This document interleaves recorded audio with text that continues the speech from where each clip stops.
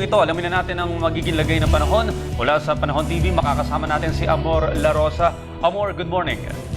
Yes, good morning sa inyo, Audrey. Good morning, Pilipinas. Ngayong umaga para pumagabayan tayo sa inaasahan lagay ng panahon para sa mga susunod na oras ay makasama po natin ang isa sa mga weather forecasters na Pag-asa, walang iba kundi si Mr. Aljo Aurelio. Good morning, Mr. Aurelio.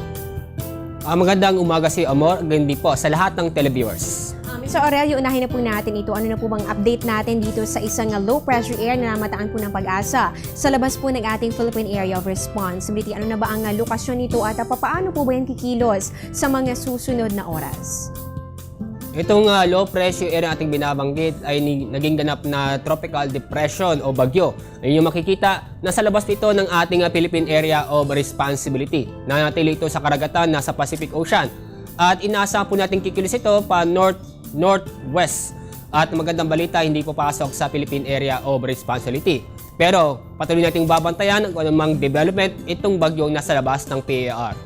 Naku, ayan po mga kababayan, narinig naman po natin mula po kami sa Aurelio. Ito pong LPA na binabantayan po natin kanina lamang. Ngayon po ay ito ay naging isang tropical depression, ng isa na po itong ganap na bagyo sa ngayon. Pero ito naman po maliit po yung chance na ito ay pumasok sa loob ng ating PAR. Pero katulad po na nabanggit ni Mr. Aurelio, posible pang magkaroon ng mga pagbabago. Kaya patuloy po tayo magbantay sa mga susunod na oras kasama pa rin po ang Panahon TV. At dahil nga po sa araw na ito ay masyado namang malayo para po magkaroon ng direktang epekto ito nga nasabing bagyo, ano po ba ang inaasahan po nating lagay ng panahon dito sa ating bansa ayon po sa inyong 5 AM weather forecast? Opo, para sa araw nito, mahina pong habagat na haapekto dito sa ating bansa. Kaya makakasa pa tayo ng magandang panahon, hindi lang dito sa Metro Manila, kundi sa buong bansa. Yung makikita ay bahagyang maulap po tayo sa mga oras ito at inaasahan po natin ng mainit na panahon. Pero pagdating sa hapon o gabi, inaasahan po natin ang mga isolated na pag-ulan or thunderstorm. Good news po yan para sa ating lahat dahil compare nitong mga nakalipas sa mga araw na talaga namang nakaranas tayo nitong buhos sa mga pag-ulan at ganoon din itong mga pagkidlat, pagkulog. Kaya improving weather na po ang ating mararanasan, pero make sure na kayo po ay mag-antabay pa rin sa updates at magdala po ng payong dahil meron pa rin po tayong inaasahan na mga pulo-pulo lamang na mga pag-ulan o pagkidlat, pagkulog, lalo na nga po kapag hapon o kaya naman ay sa gabi. At dahil nga po meron pa tayong umiiral na weak southwest monsoon o mahinang hangin habagat, meron pa ba tayong itinaas na gale warning para sa araw na ito? Ano po ba ang ating inaasahang sea condition for today? Opo, katulad ninyong sinabi na mahinang habagat ang nakakapekto sa atin, kaya po wala po nakataas na gale warning. Kaya po aligtas po na mga pumalaot ang ating mga kababayan, lalo na po ang ating mangingisda.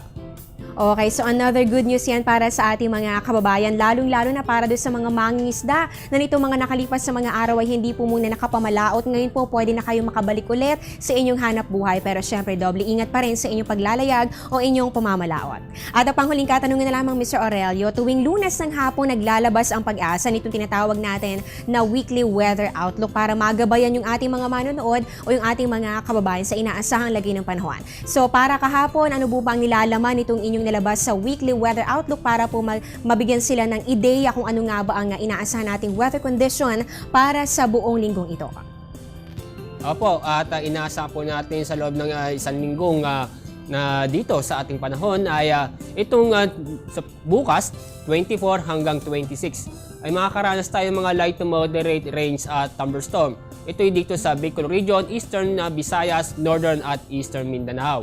Pero pagdating sa 27, September 27 hanggang 29, ay babalik pa rin ng magandang panahon sa buong bansa, kaya makakaranas pa rin tayo ng bahagyang maulap at hanggang sa maulap na kalagitnaan. At pagdating sa hapon ng gabi, inaasahan pa rin natin ang mga isolated na pag-ulan or thunderstorm.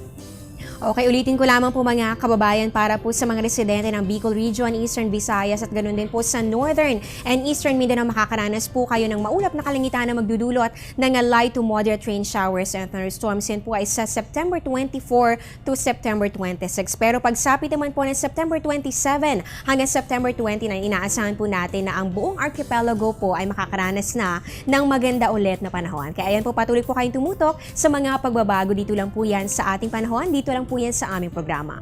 Ay maraming salamat Mr. Aljo Aurelio sa balaging impormasyon tungkol sa lagay ng ating panahon. Nakasama nga po natin ang isang weather forecaster na Pag-asa. Magbabalik po kami matapos ng isang paalala.